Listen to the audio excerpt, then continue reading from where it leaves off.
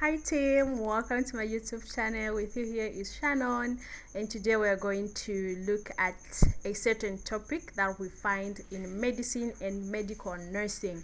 So as a nursing student, this is a must-know topic because it will widen your understanding in terms of knowing what really happens in individuals who've got what? Hypertension. So we're going to discuss this topic which is known as Raas system. So when you look at Raas, those are just abbreviations. Otherwise, they stand for Renin, Angiotensin, Aldosterone system. So Renin, Angiotensin, Aldosterone system. So this is a system that happens within the human body. It can happen to anybody, so long as there is a predisposing factor that may trigger the kidneys to activate this system. So there are a few organs that are involved in the Raas system, of which, to mention them, the first one is kidneys. The second one, we've got lungs. The third one, we've got the liver. So these are three major organs that are involved in the Raas system.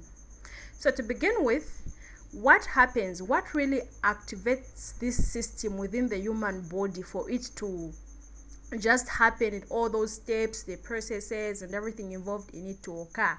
So we find that there are few predisposing factors to this system. The example that I can give, the first one is maybe tumors in the kidney, or tumors to the adrenal gland, or maybe low or poor blood supply to the kidneys. So everything starts from the kidneys. So if there is any alteration in the blood supply to the kidneys, we find that this system will be activated. How is it activated? So we find that when there is low blood supply to the kidneys, due to a few factors such as arteriosclerosis, hypertension, atherosclerosis, and many other factors that may lead to That may lead to low blood supply to the kidneys. This system will be activated. So immediately the kidney or the kidneys sensitize that we're not receiving enough blood, they are going to release an enzyme which is known as Renin. So renin will be released by the kidneys. However, it's going to go in the blood, right? So once it is released by the kidneys, renin is going to find another plasma protein which is found within the bloodstream, which is released by the liver. So angiotensinogen, this is a plasma protein which is released by the liver, is going to meet with renin. So renin, being an enzyme, is going to act upon angiotensinogen, which is a plasma protein, converting it to To angiotensin 1. I hope we're together. So once angiotensinogen is converted to angiotensin 1, lungs also come in play by releasing an enzyme which is going to act upon angiotensin 1. So this enzyme is known as angiotensin converting enzyme. So the lungs are going to release ACE to go and act upon upon angiotensin 1, converting it to To angiotensin 2. So angiotensin 2 has got a few effects within the within the human body. This is where hypertension comes in now, or this is where when somebody has got hypertension, when few measures are being put in place, such as administration of normal saline, and then the blood volume will be boosted. So angiotensin 2 has got effects which we are going to talk about on the human body. First, it has got effects on the blood vessels of the human body. So angiotensin 2 is going to go to parts of the human body, parts of the let me talk of the blood vessels or within the human body, by doing by constricting them. So angiotensin 2 is a powerful vasoconstrictor. So it's going to constrict blood vessels within the human body, leading to to narrowing of these of these blood vessels. I can give an example. If you've got a hose pipe with water passing through it, if you squeeze it like this, we find that there will be that pressure of water coming out of that pipe, and then when you release that hose pipe, as in like it's just the normal outlet, it's going to be flowing at a normal rate. So this is what happens. Angiotensin 2 goes to the blood vessels to constrict them in order to increase the what? To increase the blood pressure within the what? Within the arteries. So that is the first effect. And then the second effect is that angiotensin 2, so on that part we are saying angiotensin 2 is a powerful vasoconstrictor. And then the second effect is that angiotensin 2 is also going to go to the kidneys, so to the kidney tubules, and say, like, stop releasing a lot of what? A lot of fluids. Retain the sodium and the water. We need all these in the what? Within the body in order to boost the what? To boost the blood pressure. So angiotensin 2 acts on the what? On the renal tubules by telling it to retain the sodium, which is the salt in layman's language, the sodium and the what? And the water to be retained, not to be released by the kidney, but to be what? To be retained within the human body for it to be used. You know, when you know where there is sodium, water follows. So when there is sodium within the blood vessels or within the circulation, it will be attracting the surrounding fluids from the what? From the body tissues, hence boosting the blood pressure. So that's another effect.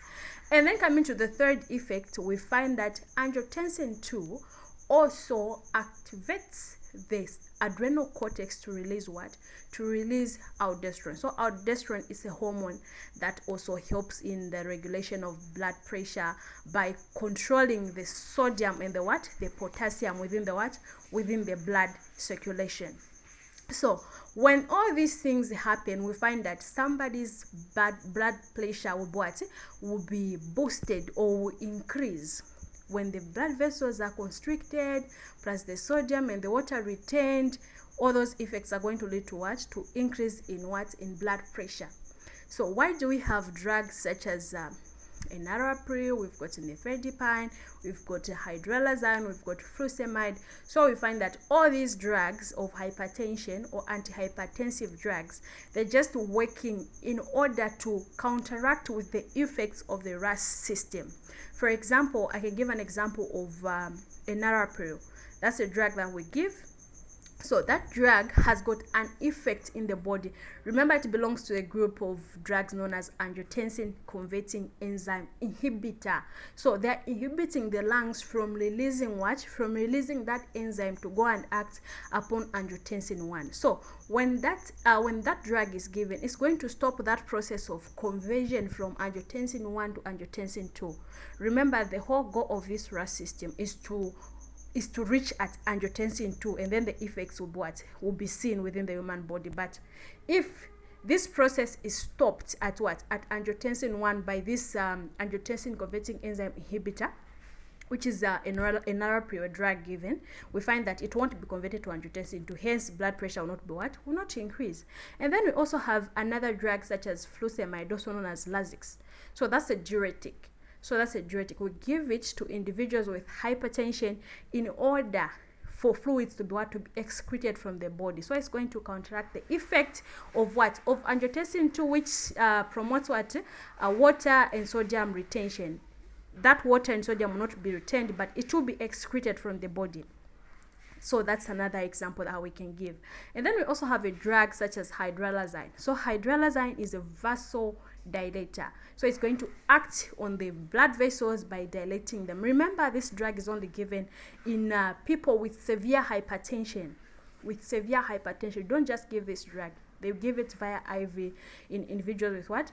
With severe hypertension. So that's just an example of the drugs that I can give you in order to enable you understand what really happens. Why are we giving these drugs in individuals with hypertension, and what really happens for someone to develop hypertension? So it's all about the Raas system.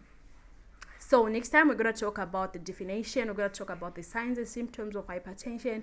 Not only that, but also outlining the name of the drugs, the doses, and its effects. But for now, I just wanted you to enable you understand what this Raas system is all about.